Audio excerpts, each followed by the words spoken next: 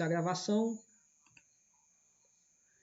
Pronto. Então, pessoal, o nosso foco aqui vai ser aprender a utilizar essa ferramenta, que hoje é uma ferramenta que mantém centenas de milhares de projetos funcionando, né, em grupo, né, trabalho em grupo no mundo hoje.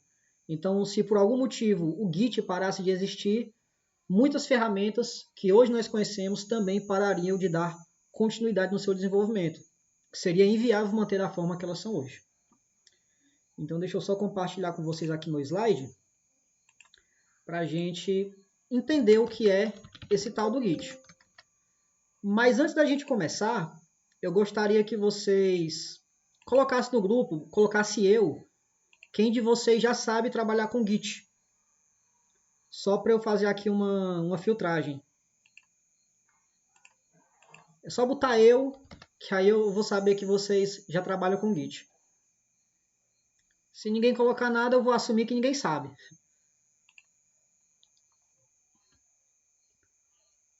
Beleza, então.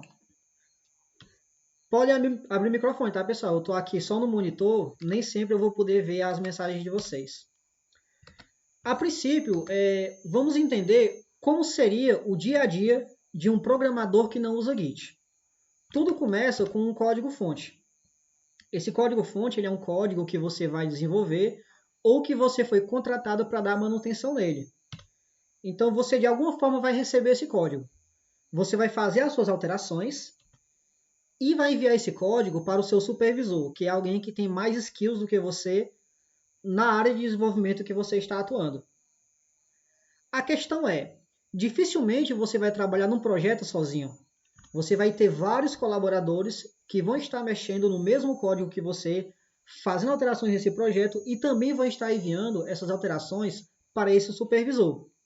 Esse cara, ele vai ter, ou essa moça, né, vai ter a função de corrigir, de verificar e de analisar se está tudo ok. Se tiver algum problema no desenvolvimento, ele vai devolver a tarefa para vocês. Vocês vão lá, vão aplicar as correções e irão retornar para ele o código pronto. Se tiver tudo ok, ele irá enviar esse código para o servidor. Daqui a pouco a gente vai perceber que esse enviar, a gente vai chamar, esse receber a gente chama de pull, esse enviar a gente chama de push. Mas quando você trabalha com esse tipo de sistema, você precisa ter códigos totalmente independentes. Porque não faz sentido a Maria, que está mexendo no código-fonte dela, ela acabar tendo o projeto dela ou os códigos delas afetados por um projeto que o João está mexendo. Da mesma forma seria a Mariana.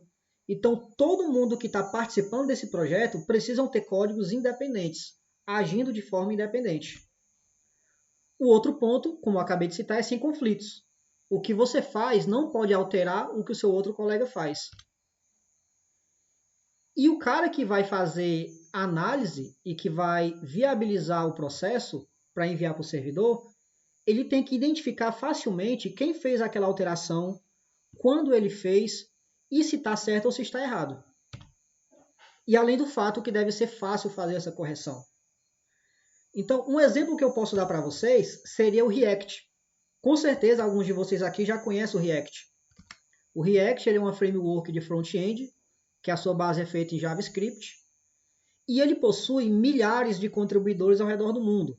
O React hoje ele conta com 1.601 contribuidores. Todas essas pessoas trabalham de forma paralela e independente no código. Então, se não fosse por uma ferramenta como o Git, seria impossível tantas pessoas estarem mexendo no mesmo código. Eu não sei se vocês já chegaram a fazer isso, mas eu já cheguei a trocar código por WhatsApp, né, no meu trabalho de programação, no primeiro semestre, com um colega meu. A gente enviava o código, ele pegava lá, fazia a alteração dele e mandava de volta para mim. Beleza, com 2, 3 pessoas, talvez funcione. Mas com 1.600 pessoas, é impossível fazer isso. Um outro exemplo que eu posso citar seria o Linux, né, desse rapaz aí, que é o Linus Torvalds. O Linux hoje, ele conta com mais de 13.000 contribuidores ao redor do mundo. Todos esses contribuidores atuando diretamente no desenvolvimento do kernel do Linux. Deixa eu só mudar essa foto aqui. Então, eu acho que nesse momento eu não preciso nem tentar convencer vocês de que é extremamente importante vocês, como desenvolvedores, dominarem uma ferramenta que permite vocês trabalharem com códigos de forma versionada. Como foi que tudo começou? Onde surgiu a necessidade de utilizar o Git? Antigamente existia uma empresa que possuía uma ferramenta chamada BitKeeper, que é uma ferramenta muito parecida com o que nós conhecemos hoje por Git. Só que essa ferramenta ela era de software privado. Até que um dia esse rapaz aí, que é o mesmo rapaz do slide passado, que é o criador do Linux, do kernel do Linux, ele acabou afetando alguma restrição lá do BitKeeper e teve o acesso negado. Então, o sistema que ele estava desenvolvendo, ele acabou perdendo a capacidade de dar continuidade por conta dessa limitação que ele teve na ferramenta. Então ele pensou assim, quer saber de uma coisa? Eu vou fazer minha própria ferramenta. E essa ferramenta vai ser de graça. E foi aí que surgiu o Git. Segundo o ChatGPT, o Git é um sistema de controle de versão de código-fonte distribuído. Vai ser até uma questão de concurso, né? A pergunta é, o que é um sistema de controle de versão de software de código distribuído? Bem, vamos imaginar assim. A princípio, você precisa de um servidor na nuvem onde você possa hospedar o seu código-fonte. Existem vários que fazem isso. Nós temos o GitHub, temos o GitLab, temos o Bitbucket. E uma vez que você tem o seu código disponível na nuvem, você consegue compartilhar esse código com seus colaboradores, no caso, os funcionários da sua empresa. Dessa forma, você vai ter vários colaboradores que irão receber uma cópia desse código, ou seja, fazer um clone desse código. Ao realizar esse clone, cada um desses colaboradores vão ter um novo repositório, só que dessa vez vai ser um repositório local. Então você vai se comunicar com dois repositórios. Um repositório remoto, que é aquele repositório que está lá, por exemplo, no GitHub, e o repositório local, que é aquele repositório que é criado quando você clona um projeto que está na nuvem. Uma vez que você realiza as alterações no seu repositório local, que você mescla essas informações e garante que tudo está ok, você faz um envio para o repositório remoto. Assim você vai criar uma nova versão do código que está naquele repositório. Daqui a pouco a gente vai conversar sobre o que seria essa nova versão com mais detalhes. Alguns conceitos que são importantes. O primeiro ponto é repositório. O repositório, como eu citei anteriormente, é o local em que você vai guardar as versões do seu projeto. Você vai ter dois tipos de repositórios. Você tem um repositório remoto, que é o do GitHub, do GitLab ou do Bitbucket, e você vai ter um repositório local, que é o repositório que está na sua máquina. Então, sempre que você realiza um clone de um projeto, você está pegando um repositório remoto e criando um repositório local idêntico àquele repositório remoto. Vamos imaginar a seguinte situação. Você tem o seu ambiente, o seu desktop, e você cria um repositório local. Só que, na verdade, as alterações que você faz, elas não ficam no seu repositório local. Elas vão ficar salvas no local que nós chamamos de área de trabalho. Então, vamos supor que você recebeu seu código e você alterou esses dois arquivos. Sei lá, você recebeu uma missão para mexer no front-end de uma API. Você vai construir o front. Só que no meio do caminho, você precisou alterar também a API. Porque quando você foi começar a desenvolver a tela para mostrar os dados, você percebeu que tinha algumas informações que vinham erradas.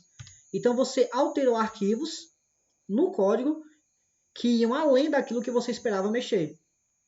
E por algum motivo você precisou alterar outros arquivos também que estavam fora da sua missão. Porém, tudo o que você mexeu era necessário.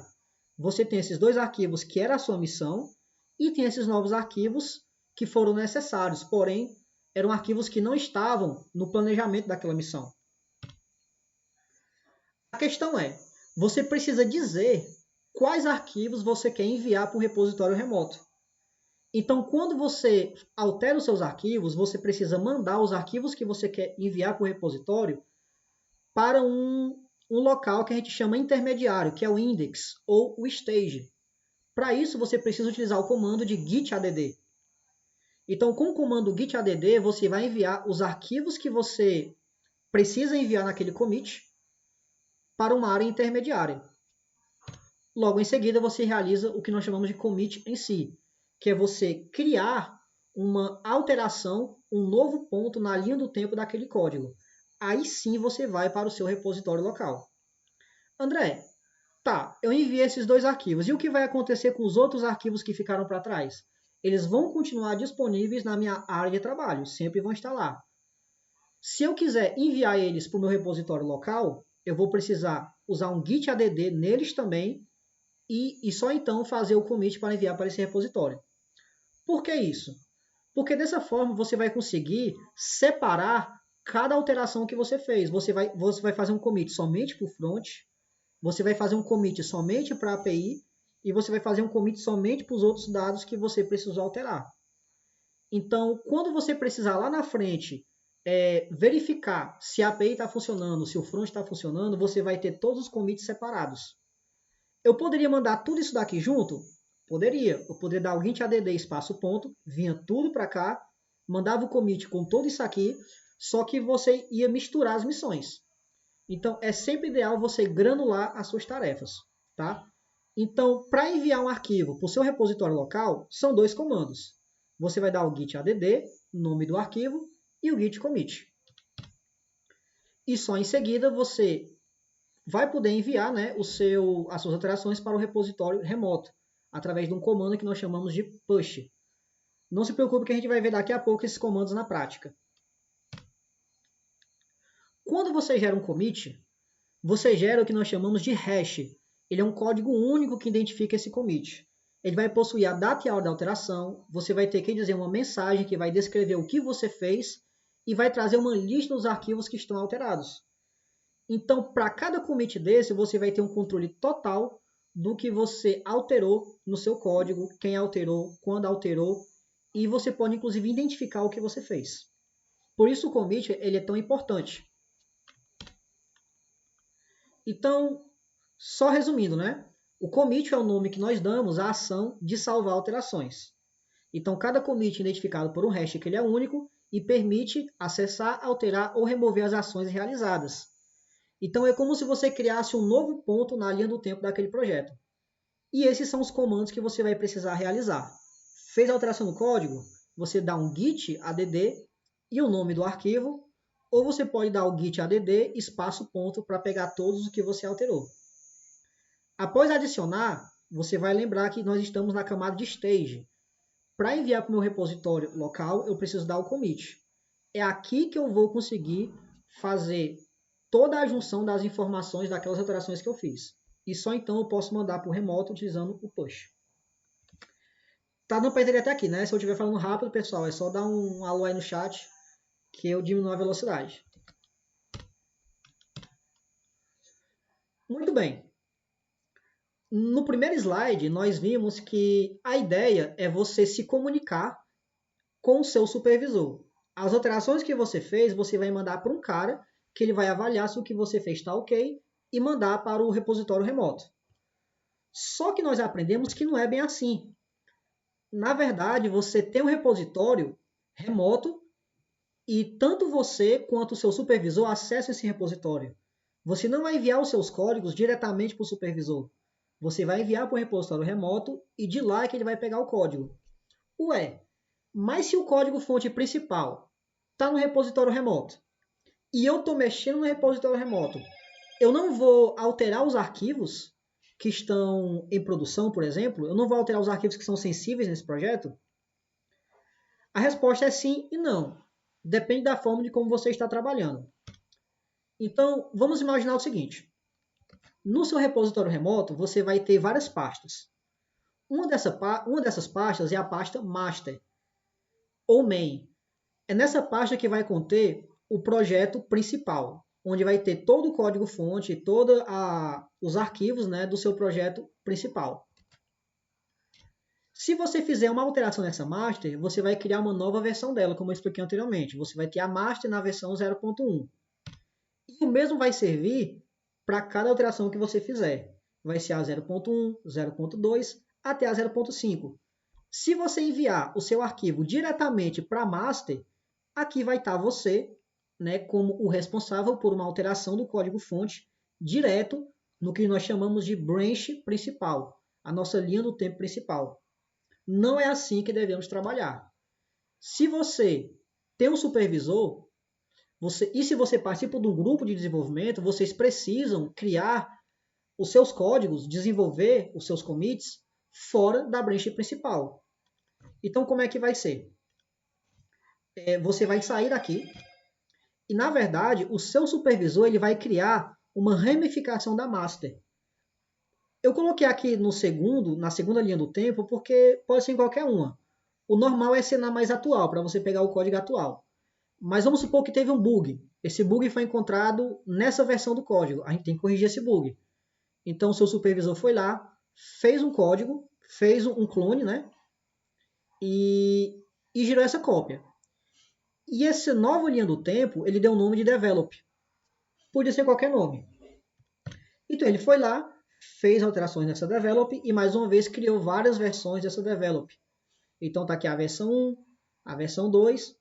E quando chegou aqui, ele precisou contratar um cara para ajudar ele, que seria você, o cara que vai desenvolver o front-end da aplicação.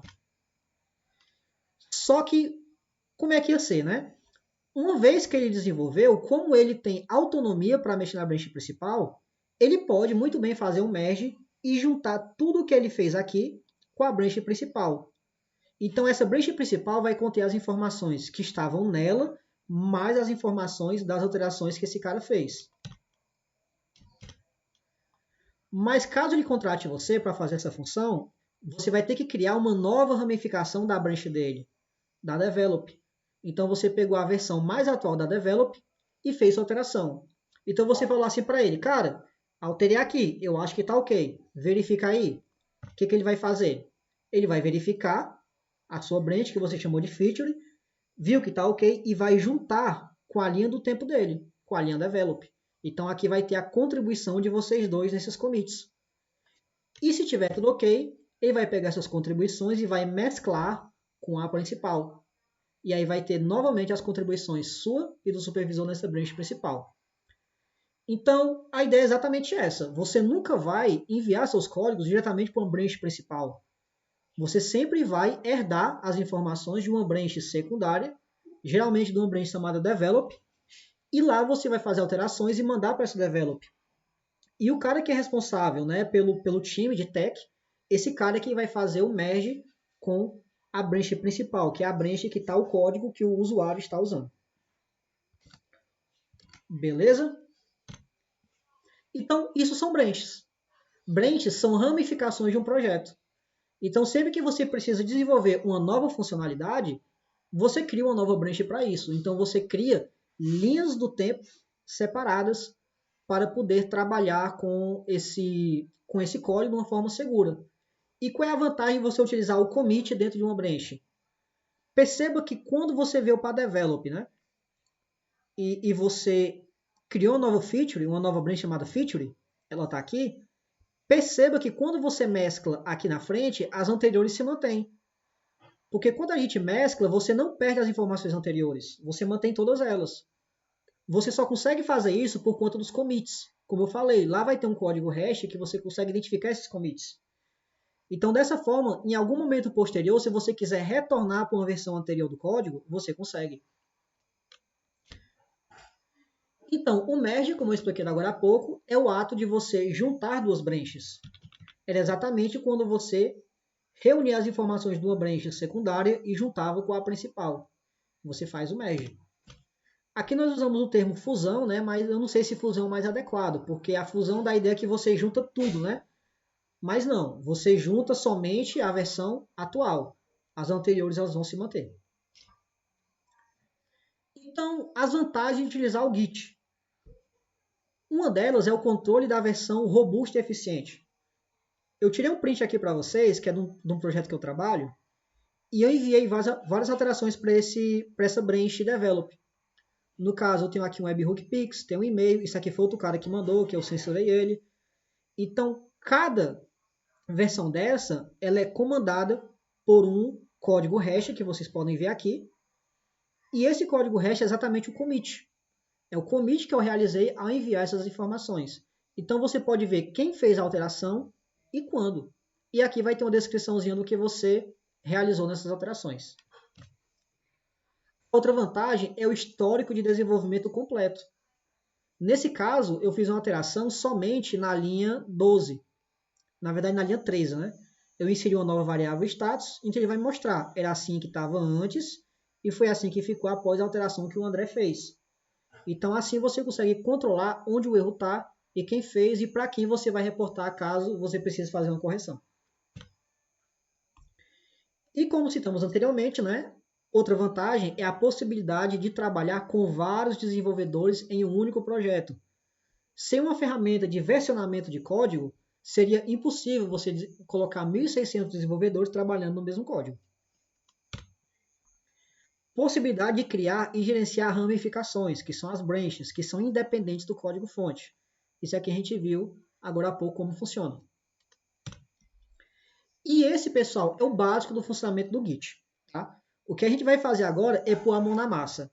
Então, se você tiver aí disponível, já abre o seu navegador, que a gente vai fazer o nosso primeiro commit.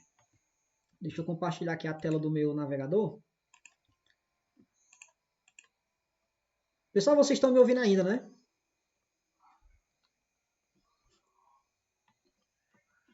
Beleza. Show, Frank. Então, a primeira coisa que vocês têm que fazer é criar uma conta em um site de hospedagem de código-fonte, certo? Então, você pode criar uma conta, por exemplo, no GitHub. Eu vou abrir aqui na guia anônima, que é para fazer do zero com vocês. Você acessa github.com.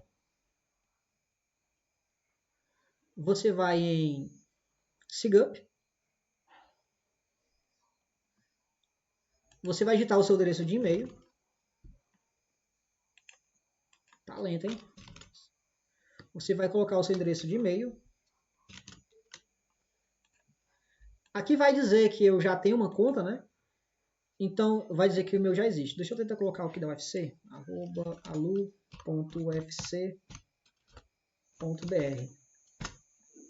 Eu vou criar uma senha qualquer.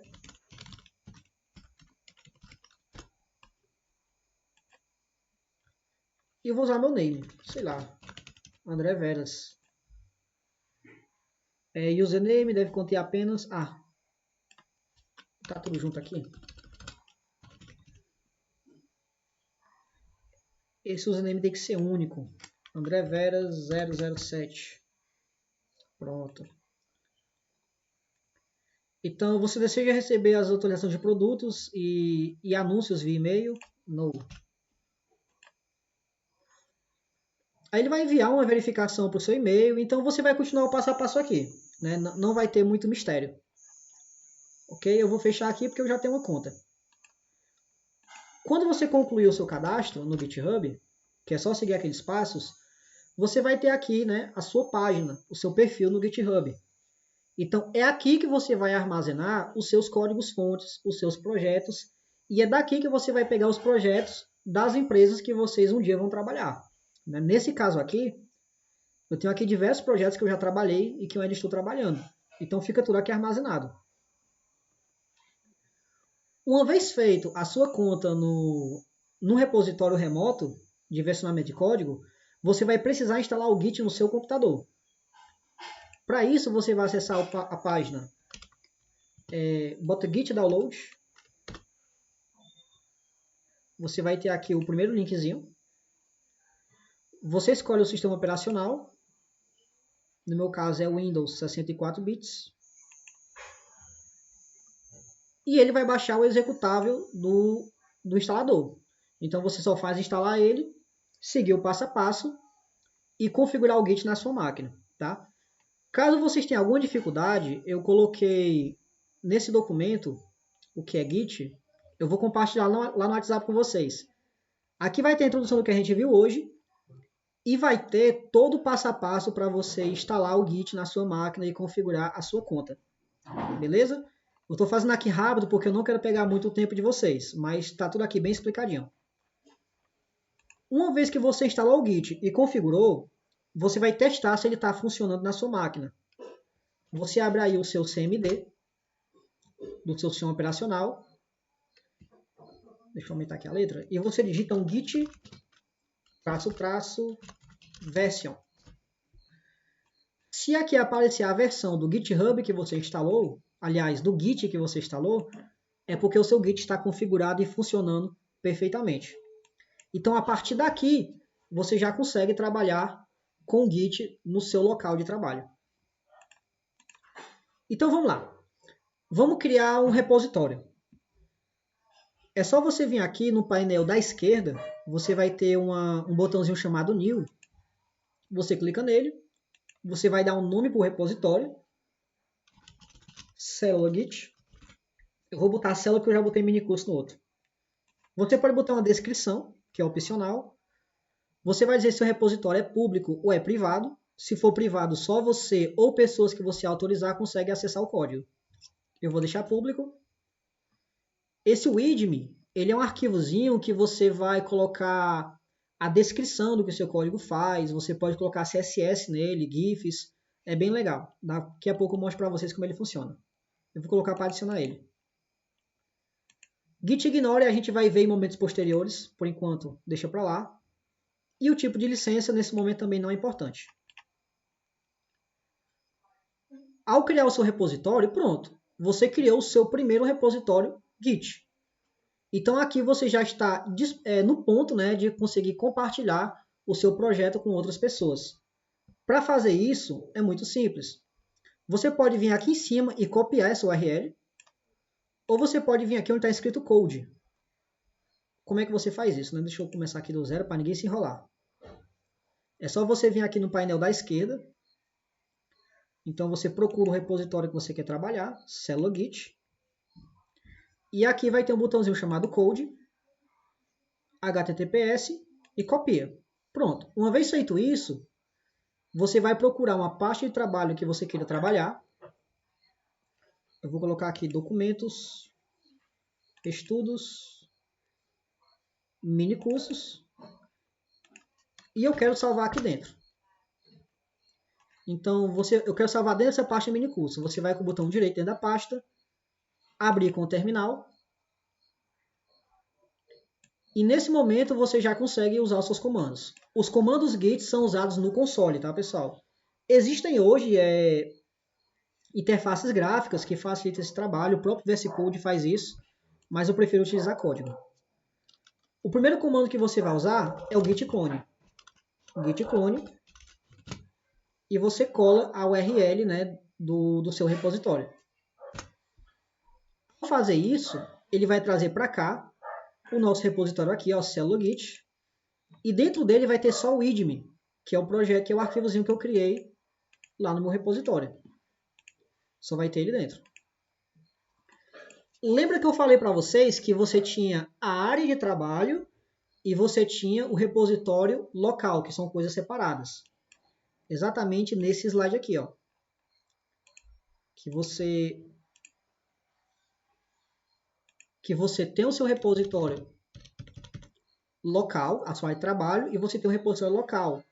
E entre esses dois repositórios, você tem o index, que é um local intermediário que os arquivos ficam esperando para serem comitados. Vai ser exatamente isso, ó. Se eu abrir a minha pasta Git, cd célula Git, se eu der um cd de novo e um tab, vai ter uma pastazinha oculta chamada .git. Essa parte você não consegue ver aqui no meu sistema porque está oculto, mas ela existe. Se eu abrir ela e der um code e faço ponto, eu vou abrir ela no meu VS Code. E você vai ter exatamente aqui o seu repositório local.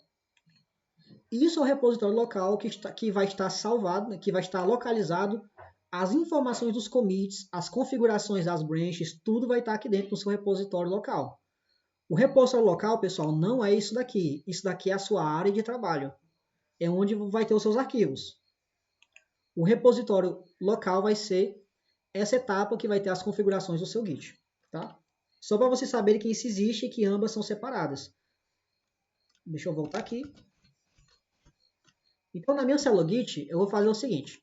Eu vou criar um arquivo qualquer. Vou colocar novo. e vamos ver o que vai acontecer. Se eu der um comando chamado git status, você vai ver que vai aparecer aqui algumas informações. Ó. Ele vai dizer, por exemplo, que existem arquivos, né, que ainda não foram traqueados, que é exatamente o arquivo que eu criei. Se eu quiser adicionar esse arquivo para o meu repositório local, eu preciso dar um comando git add e o nome do arquivo. Vamos fazer isso. Git add espaço novo.txt. Se eu der de novo um git status, você vai ver que dessa vez esse meu arquivo ele está localizado, né, no meu stage, que é no meu repositório intermediário. Então, dessa forma, eu estou dizendo para o Git o seguinte, ó, eu quero mandar esses arquivos para o meu repositório remoto. Eles já estão prontos, já corrigi eles. Então, vamos adicionar git commit -m e aqui você bota uma mensagem add novo arquivo. Quando você dá o Enter, ele criou, né, um novo arquivo. E ao fazer esse commit, você criou um hash, né, que vai identificar essa alteração que você fez. Está aqui ele. Então, o que a gente vai fazer agora é mandar para o repositório remoto. Se eu abrir aqui meu Git e atualizar, você vê, né, que o arquivo que eu criei ainda não está aqui dentro, porque ele só está no meu repositório local. Então, eu vou fazer um git push para enviar para o repositório remoto. Vamos esperar um pouquinho. Pronto, fiz o git push, ele fez o envio. Agora, se eu atualizar aqui, você vê que o arquivo ele vai estar aqui. Aqui vai ter a informação de quem adicionou, a descrição, que é o novo arquivo, e o commit. E aqui está o hash dele. Se eu clicar no nome do commit que eu realizei, eu vou conseguir ver exatamente as alterações que eu fiz. Ó, no caso aqui, eu adicionei um novo arquivo, que é o novo.txt. E não alterei nada dentro dele, o arquivo está vazio. É muito fácil, né? Então, pessoal, esse é o coração do GitHub. São 3 comandos que você vai utilizar para enviar os seus arquivos. Você vai dar o git add, o nome do arquivo, ou você pode dar o git add, espaço, ponto, para pegar tudo que está na área de trabalho. Então, vamos fazer aqui um outro teste. O teste que a gente vai fazer agora vai ser o seguinte. Eu vou alterar esse arquivo, eu vou modificar ele. Teste de arquivo. E vou criar outro arquivo aqui dentro. Ou seja, se eu der o git status, eu vou ter 2 alterações, né? Um arquivo que eu modifiquei e um arquivo que eu ainda não adicionei para o meu repositório. Na verdade, nenhum dos dois estão adicionados. Vamos fazer o seguinte. Eu vou dar aqui um git add, o nome do arquivo que eu modifiquei, vou botar novo.txt. Vou dar o git status só para verificar.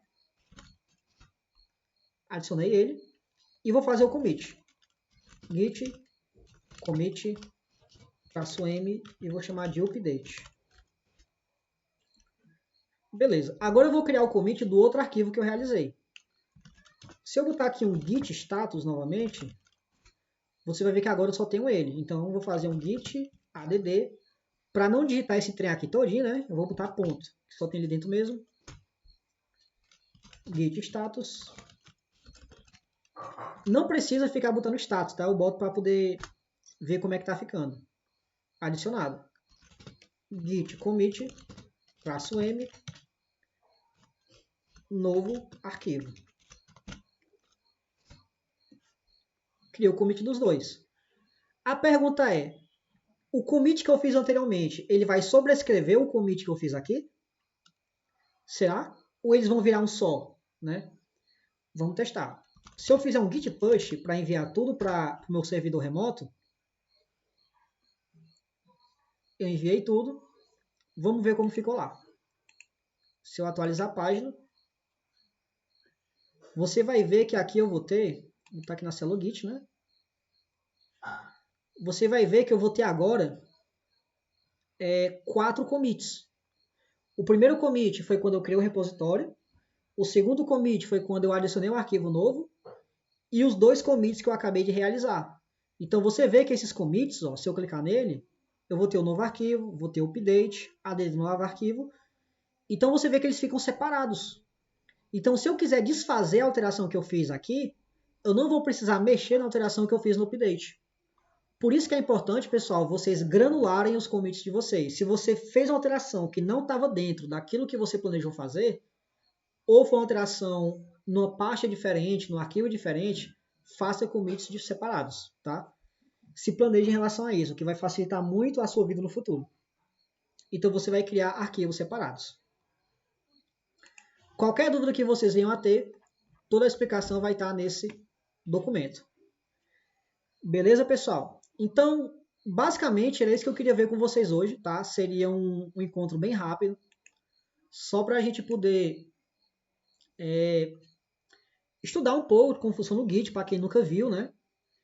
E a pergunta é, vocês têm alguma dúvida até aqui? Se tiver, essa é a hora de falar.